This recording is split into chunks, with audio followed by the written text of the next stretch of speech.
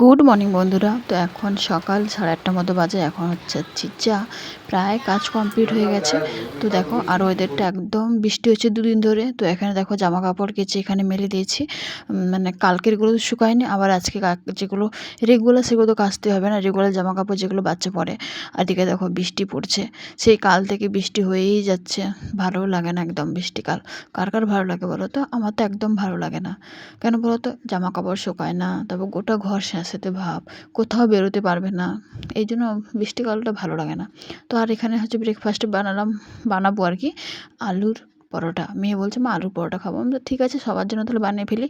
তো আলুগুলো কেটে এখন কুকারে সিটি দিতে বসিয়ে দিয়েছি। তো দেখো এদিকে কুকারে সিটি পড়ে গেছে। মা বলছিল করে দেবে, যে একসঙ্গে হয়ে গেলে দুজন মিলে করলে হয়ে যায়। কিন্তু আমি বললাম না, তাহলে তুমি পুজোটা দিয়ে দাও, তারপর বাজারও যাবার আছে, মানে মাছ আনতে যেতে হবে। আর হচ্ছে তো বৃষ্টির মধ্যে দেখা যায় কি হয়। আর এদিকে দেখো আমি এখানে আটা ময়দা মিক্সড করে ভালো করে মেখে নিচ্ছি। মেখে কিছুক্ষণ রেখে দেবো। তারপর এদিকে আলুর পুরটা আমি রেডি করে নেব। তো দেখো এখানে আমার মাখা হয়েও গেছে। এই যে এখন আমি 10 থেকে 15 মিনিটের জন্য ঢাকা দিয়ে রেখে দিলাম সাইড করে। তো এদিকে আমি এই যে আলুর পুরটা ভালো করে নেবো। মশলা আমার রেডি করা আছে। এই যে মশলাটা জাস্ট একটু কষিয়ে নেবো আর কি। তো আলুর পুরটা ভালো করে কষিয়ে নিয়ে তারপর করব। আমি এদিকে করছি, মা ওখানে পুজো এদিকে দিচ্ছে। তো দেখো এখানে মশলাটা ভালো করে কষিয়ে নিয়ে তারপরে আলুর পুরটা করব। কিন্তু আজকে ব্রেকফাস্ট বানাতে অনেক টাইম লেগেছে, কারণ যেহেতু একা হাতে করেছি, মেখেছি, পুর দেবে কেউ বেড়ে দিলে করে দিলে ভেজে দিলে তাড়াতাড়ি হয়। এদিকে আমার পুর রেডি, এ দেখছো। আর হচ্ছে এখানে দেখো এই যে বেলে নিচ্ছি। আর আপনার একটু বেলতে গিয়ে ফেটে গেছে, কারণ যেহেতু আমার মেয়ে বলছে মা একটু আলুর পুরটা বেশি করে দেবে।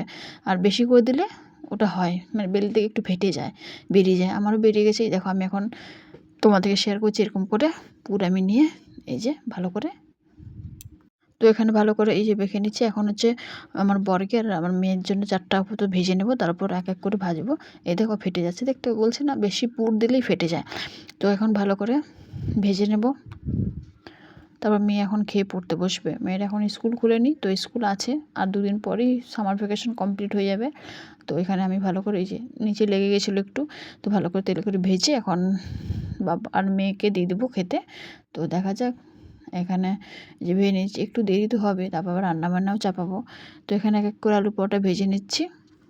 এখন আলু পরোটা আমার রেডি হয়ে গেছে, এখন দিয়ে দিব খেতে। এই যে এখানে দেখো পরোটা আর সস নিয়ে নিচ্ছি। আজকে পরোটা দিয়ে সস দিয়ে খাবে সবাই, সবাই খাবো আর কি বাড়িতে।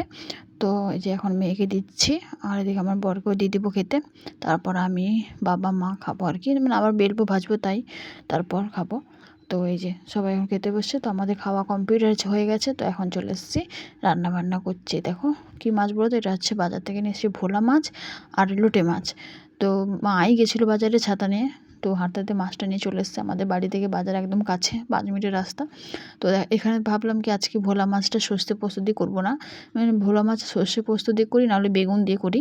তো আজকে ভাবলাম কি আলু দিয়ে একটু পাতলা দিয়ে ঝোল করি। তো পাতলা না, মোটামুটি একটু মাখা মাখা ঝোল করেছিলাম। ওদিকে তো আমার ভেন্ডি ভাজা হচ্ছে। এই যে ভোলা মাছের ঝোল রেডি করেছি, লাউ দিয়ে ডাল। হ্যাঁ, লাউ দিয়ে ডালও করেছিলাম। এদিকে দেখো ভোলা মাছের ঝোল রেডি, ধনেপাতা দিয়ে এখন নামিয়ে দেবো। তো এখন তোমার দাদাভাই খেতে বসছে, আছে ডিউটি। আর বৃষ্টি তো হয়েই যাচ্ছে। এদিকে লাউ দিয়ে ডাল আর ভোলা মাছ আর ভেন্ডি ভাজাটা খেয়ে নিয়েছে। তো এখন খেয়ে দিয়ে যে রেডি হয়ে যাচ্ছে অফিসে, রেনকোট পরে। কিন্তু কাজে তো যেতে হবে, বৃষ্টি তো হয়েই যাচ্ছে। তো অফিস বেরিয়ে যেতে আমরা পড়ছি খেতে। এদিকে এই যে আমি খাচ্ছি, এদিকে মেয়ে খাচ্ছে, বাবা মা বসে টেবিলে বসে খাচ্ছে। মেয়ের জন্য কালকে চিকেন রেখে দিয়েছিলাম, তো চিকেন দিয়ে ভাত খাচ্ছে। ও তো অন্য কিছু খায় না আর কি। তো মানে মাছ টাছ খায় না, পছন্দই করে না। তো এদিকে দেখো ওয়েদার এখন বৃষ্টি মোটামুটি থেমে আছে, তো মেঘলা তো আছেই। আর এদিকে দেখো আমার ঘরের সামনে জল জমে গেছে, দেখতে পাচ্ছ।